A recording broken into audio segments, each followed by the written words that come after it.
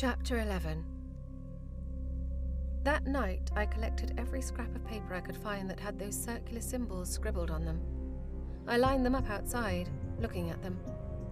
Every single one was different, the markings going through their center in different shapes and orientations. I still had no idea what they were or what they did, other than that Neuro used one to bring us here, and that they were the most concrete example of something important that I didn't know how to do.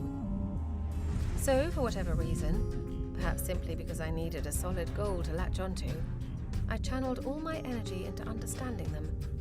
I copied every single one, imitating each stroke with exact accuracy. In some cases, I even layered the paper and traced them, stroke for stroke, line for line. Hours passed. The sun set. I lit lanterns.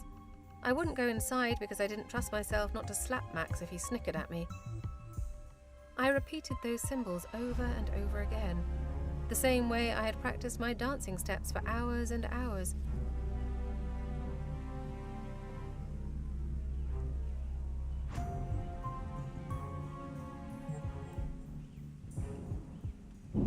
Forcing them, hammering them, shattering them and myself until we were melded together.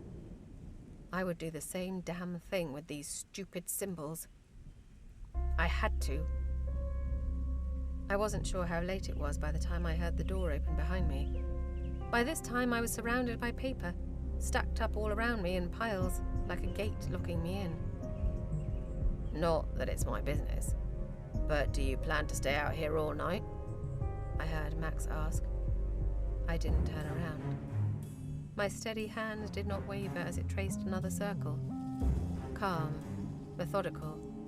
I had a system, combining each symbol with each type of ink. If I must. I'm exhausted just looking at you. I had no response to that. Anger simmered deep beneath my skin. Do you even know what those are? He said. My fingers tightened so hard around my pen that I nearly snapped it in two. No, and I think you probably will not say. The words came out in a low snarl. The orders probably won't ask you about them. Before I could stop myself, I jumped to my feet, whirling to him, the pen still clutched in my hand. I know! I need to! The iron words eluded me, driving my frustration to thrash up against my surface. I glared at Max, who leaned against the doorframe. I wanted to scream at him. I wanted to ask, who has ruined you so badly that you can't do anything but stand in the way of people who have actual important things to do? Why do you feel such a pervasive, petty need to shove your petulance in the Order's faces? And why the hell do you need to bring me down with you too? Instead, the iron words that came out sounded something like, "What so many hates do you have?" Huh? His confusion, understandable as it was, infuriated me. I let the pen drop violently to the ground. I hammered every iron word home, slowly. Why do you hate the Orders? Why do you hate me, so many? What is wrong with you? I don't hate you, Max replied, which made me even angrier. That is not true! I shook my head. That is not true! I don't care if you hate me. Hate me here. I touched my heart. It was the only way I could think to convey what I was saying. Or here. I pressed my fingers against my temple. But you hate me in what you do. Why? What wrong did I do to you? It's not about you. Something shifted, softened in Max's expression. But I was past looking for scraps of kindness. It is about me. This is my life, not only yours. I blinked, and all I could see was Esmaris's body, Cyril's face, hands, and skin of every man I danced for to earn the money to leave. I was slave in Threl. Did you know? He didn't answer, just stared at me with one deepening line in his brow. Did you? No, he said quietly. I did many things to come here. I killed for coming here. My friend. I didn't have the vocabulary to describe what Cyril had done for me, given for me. I left my most important people. They need me. I cannot fail them. To help them, I need this. I thrust my open palm down to the piles of drawings. I have nothing without the orders. No power. I need this. They need this. I didn't make myself all of these terrible things. A whore, a killer, a traitor. Just to be ignored and discarded before it could be worth something. Max's mouth thinned. I couldn't read him, and I did not try. I was long past caring what he thought. In that moment, I didn't care what any of them thought. All of these people who my entire life had used me as a part of their stories had assumed that I was a set piece in their lives. Like Esmaris did. Like every lord I seduced. Like Nura, asking me to get under Max's skin. And now, like Max, who saw me as a representative of some petty grudge and not an actual human being. This is not only yours, I spat. So tell me what is on stupid test. Silence. My rage receded, slightly, like a wave falling back after crashing on the shore. In that brief reprieve, I cursed myself for losing my temper, wondering if I had forever ruined the ability to mold my relationship with Max by showing him something so raw and impulsive. He just stood there, staring at me. You were a slave, he repeated. I paused, taken aback by the look on his face, still exhaling the remnants of my fury. Yes, I answered at last. And your plan is to join the orders and then use their influence to help the other slaves in Threl? Yes.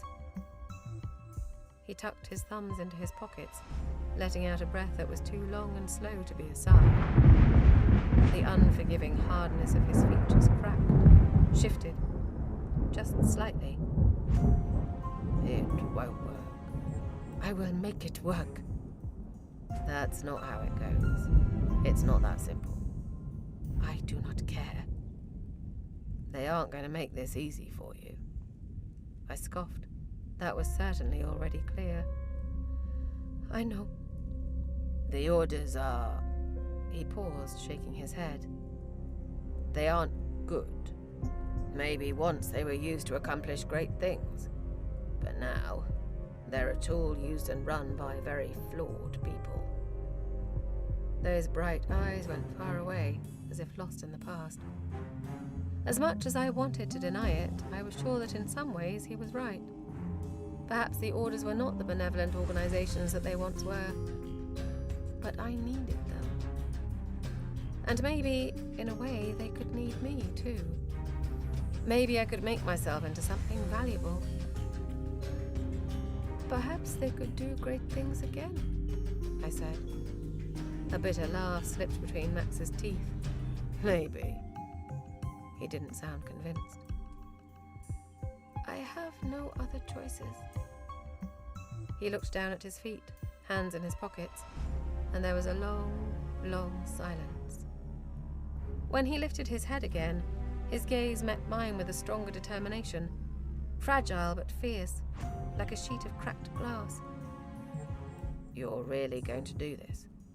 Force the orders to do something worth doing? Yes, I replied without hesitation. I don't know why I believe you.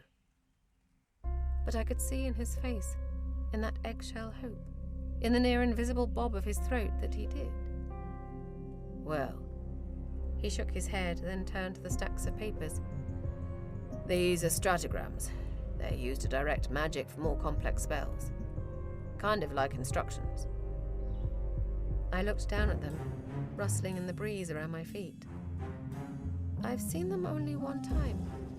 On Valtain's slave. Complete Valtain, not like me. On her arms. I extended my forearm, demonstrating where I had seen the marks tattooed up and down the woman's albino skin. I had tried to talk to her then, excited to meet someone else like me. But she had only looked at me with dead eyes. A muscle twitched at the bridge of Max's nose. If she was a slave, it was probably meant to cripple her power. direct her magic away from being anything useful. Imagine tying a cow's head to its tail. But as a tool, they're more commonly used by Solari, since our magic is so much more external than yours. When we looked at each other again, the corners of his lips were curled in a confident smirk, as if that brief flicker of vulnerability had never existed. But these are very advanced. We won't start here. We won't start here. My heart leapt. I nodded eagerly, so grateful to have an ally, any ally, that I didn't even care that he was overwriting my plans. Come inside, get some rest. If you're done littering up my garden anyway. He opened the door, stepping aside for me. We'll have a long day tomorrow. I went to the doorway, then stopped before I entered, turning to Max and regarding him in silence. Shadow doused the hard panes of his face, but his features were so sharp that they sliced through the dusk, meeting mine with equal determination and wary curiosity. We stood only inches apart, each allowing the other to peer into a rare, guarded honesty. The urge to thank him lingered at the tip of my tongue. Don't thank him for doing what he should have done to begin with, a snide, colder part of me hissed. I don't know why I believe you, he had said, but I knew. He believed me because he wanted to believe me, wanted to believe in the possibility of something better, however unlikely it was. And that was something that sank into my soul like water after miles and miles of parched, desperate desert. Thank you, I said, and went inside.